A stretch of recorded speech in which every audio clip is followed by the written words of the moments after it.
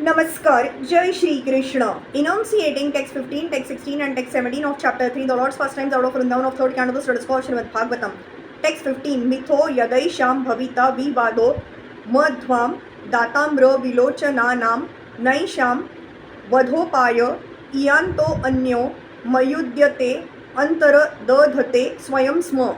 When they quarrel among themselves, influenced by intoxication, with their eyes red like copper, because of drinking madhu, then only will they disappear, otherwise it will not be possible. On my disappearance, this incident will take place. The Lord and his associates appear and disappear by the will of the Lord. They are not subjected to the laws of material nature. No one was able to kill the family of the Lord, nor was there any possibility of their natural death by the laws of nature. The only means, therefore, for their disappearance was the make show of a fight amongst themselves, as if brawling in intoxication due to drinking.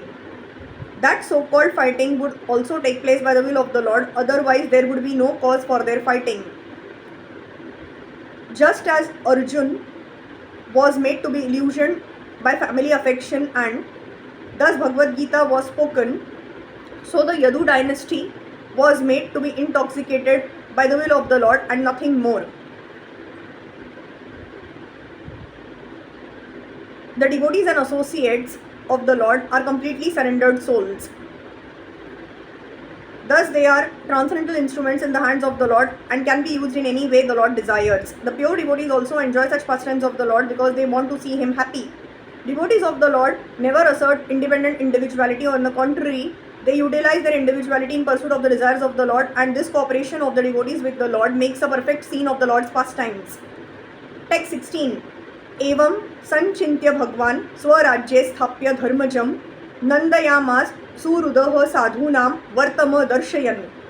Lord Shri Krishna, thus thinking to himself, established Maharaj Yudhishthir in the position of supreme control of the world in order to show the ideal of administration on the path of pity. Text 17.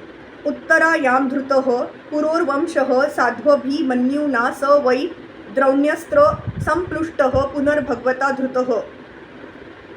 The embryo of Puru's descendant, begotten by the great hero Abhimanyu in the womb of Uttara, his wife, was burned by the weapon of the son of Dron, but later he was again protected by the Lord. The embryonic body of Parikshit, which was in formation after Uttara's pregnancy by Abhimanyu, the great hero, was burned by the Brahmastra of Ashwathama, but a second body was given by the Lord within the womb, and thus the descendant of Puru was saved. This incident is the direct proof that the body and the living entity, the spiritual spark, are different. When the living entity takes shelter in the womb of a woman through the injection of the semen of a man, there is an emulsification of the man's and woman's discharges, and thus a body is formed the size of pea, gradually developing into a complete body.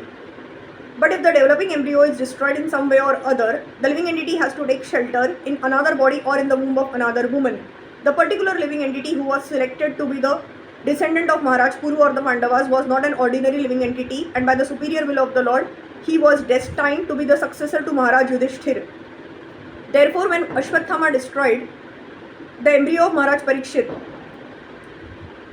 the Lord by his own internal potency entered into the womb of Uttara by his plenary portion, just to give audience to the would-be Maharaj Parikshit, who was in great danger. By his appearance within the womb, the Lord encouraged the child and gave him complete protection in a new body by his omnipotency.